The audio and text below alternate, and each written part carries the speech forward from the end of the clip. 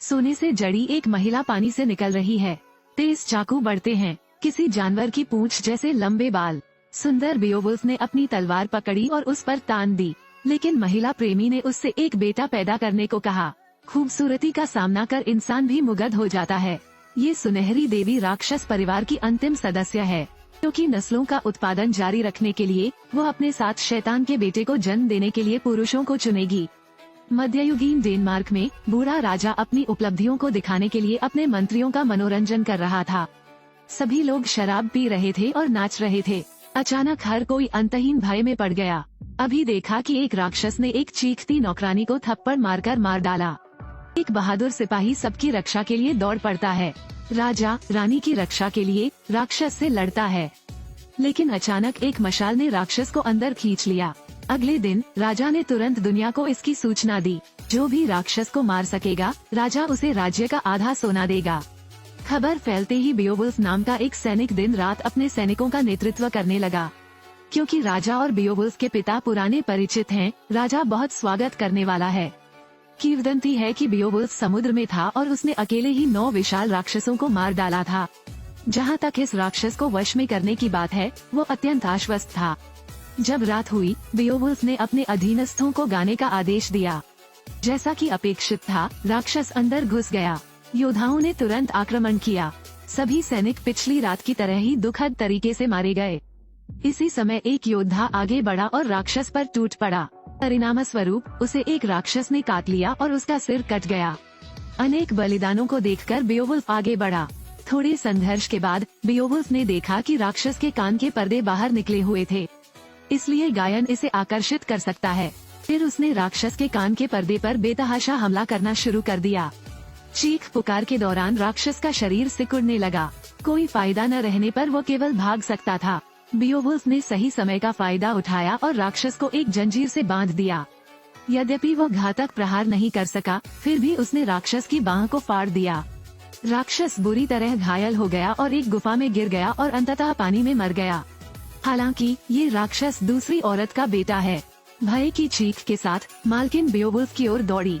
बेओवुल्फ ने खूबसूरत लड़की को देखा। उसे लगा कि वो सपना देख रहा है, लेकिन फिर लड़की खुद को उसके प्रति समर्पित करने के लिए तरस गई। बेओवुल्फ भयभीत हो गया और जाग गया। एक तीखी चीख के साथ बेओवुल्फ ठिठक गया। उसकी आंखों के सामने पूरा मंजर खून का था और उसे बेकन की तरह उल्टा लटका दिया गया। बेओवुल्फ इस हद तक डर गया था कि वो लंगड़ा हो गया था, लगभग जमीन पर गिर रहा था। ये भयावह दृश्य उसके मित्र ह्रोथगर ने भी देखा। मुख्य संभावना यह है कि राक्षस की मां बदला लेने के लिए आती है। ये सुनकर बेओवुल्फ क्रोधित हो गया। उसकी मां अब क्यों प्रकट होती है? राजा केवल सत्य ही बता सकता है। वास्तव में मालकिन आखिरी संतान है। उसे मारने से ये सब खत्म हो सकता है। ऐसा लगता है कि तात्कालिक कार्य तो उस राक्षसी को मारना ही हो सकता है। फिर वो और ह्रोथगर गुफा में गए। बेओवुल्फ अकेले मालकिन की गुफा में चला गया, लेकिन उसके हाथ की टॉर्च अचानक बुझ गई। आप केवल अपनी बेल्ट पर सुनहरा सींग ले सकते हैं। गुफा की गहराई में अमूल्य खजाने हैं और तालाब के बीच में टूटे हुए हाथ वाले राक्षस की लाश पड़ी थी। अचानक बेओवुल्फ कुछ गिरा। तभी एक अप्सरा फिर से पानी से ऊपर आई। भले ही वो एक राक्षस का अवतार है, लेकिन उसका फिगर परफेक्ट है। लड़की धीरे धीरे उसके करीब चली गई।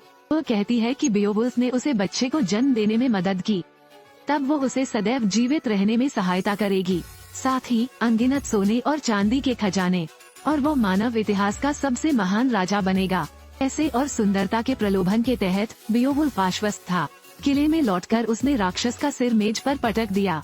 उसने झूठ बोला कि उसने महिला प्रेमी की हत्या कर दी है और सोने का सींग भी गलती से खो गया था। सभी ने बेओवुल्फ की प्रशंसा की। राजा ने पूछा कि क्या उसने सचमुच योकाई को मार डाला है। बेओवुल्फ की अस्पष्ट व्याख्या देखकर राजा अर्थपूर्ण ढंग से मुस्कुराया। साथ ही यह अब उसका अभिशाप नहीं है। तब राजा ने सबके सामने घोषणा की कि उसकी अपनी कोई संतान नहीं है, इसलिए मरने के बाद वो अपनी सारी संपत्ति बेओवुल्फ के पास छोड़ देगा। फिर उसने मुकुट उसकी ओर फेंक दिया और बिना किसी हिचकिचाहट के नीचे कूद गया। ठीक वैसे ही बेओवुल्फ को ताज मिला और वह राजा बन गया। वर्षों बाद उस वर्ष राक्षस हत्यारा भी बूढ़ा हो गया था, और जैसा कि अप्सरा ने कहा, बेओवुल्फ ने उस समय अपने क्षेत्र का विस्तार किया और एक महान राजा बन गया। और अब उसे बूढ़े राजा का अकेलापन भी समझ आ गया। मूल रूप से मरने का इरादा था, लेकिन कोई उसे मार नहीं सका। रात में बियोवुल्फ की प्रशंसा में एक प्रदर्शन आयोजित किया जाता है। सभी लोग खुशी में डूब गए। सुनहरा सींग फिर से प्रकट हो गया। इसका मतलब है कि अभिशाप शुरू हो गया है। जैसा कि अपेक्षित था, आग का एक तीर राज्य में घुस गया था। जो गांव वाले बच गए उन्होंने राजा से कहा, उन्हें भी अपने पिता के पापों का प्रायश्चित करना चाहिए। राजा ने सोने का सींग लिया और गुफा में चला गया। मालकिन राज्य की शांति के बदले में सींग वापस करना चाहती है। महिला प्रेमी ने शांति से सब कुछ व्यक्त किया। तब तक बहुत देर हो चुकी थी। उसके आग उगलने के पीछे सिर्फ अजगर को देखा। जब बियोवुल्फ अपने होश में लौटा तो ड्रैगन दहाड़ता हुआ राज्य की ओर उड़ गया।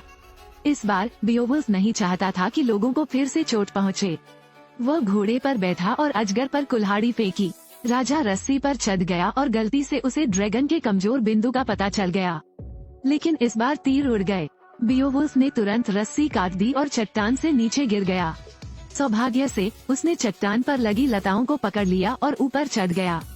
बियोवुल्फ ने अपनी तलवार निकाली और ड्रैगन की पीठ पर कूद पड़ा। अजगर तुरंत समुद्र में कूद गया। ये तेज टुकड़ों में बंट जाता है, लेकिन अप्रत्याशित रूप से उसे जंजीरों से जकड़ दिया गया। अग्नि ड्रैगन के पास राजकुमारी पर हमला करने के अलावा कोई विकल्प नहीं था। उसने आग उगल दी। इस विकट परिस्थिति में रानी उसे बचाने के लिए दौड़ी। फिर बियोवुल्फ ने उसके पंख काट दिए। उसने अपना खजाना लगभग खो दिया था। अग्निमय अजगर राजकुमारी और रानी पर हमला करता रहा, लेकिन बियोवुल्फ ने एक कमजोर जगह पर चाकू मार दिया था। तुरंत ही ड्रैगन आग के गोले का उपयोग नहीं कर सका, लेकिन कहा कि तलवार बहुत छोटी है। इस समय बियोवुल्फ ने उसकी बांह काट दी। बांह के बाद ड्रैगन के दिल और फेफड़ों को छेदने वाली खजाना तलवार। अराजकता के दौरान खंजर चट्टान के एक टुकड़े से गिरा दिया गया था। ये देखकर कि उसकी प्रेमिका निगलने वाली थी, बियोवुल्फ ने ड्रैगन को चाकू मारने की सख्त कोशिश की। तुरंत ही अजगर ने अपनी सारी शक्ति खो दी और नीचे गिर गया। इसने रानी को लगभग अपने साथ नीचे खींच लिया।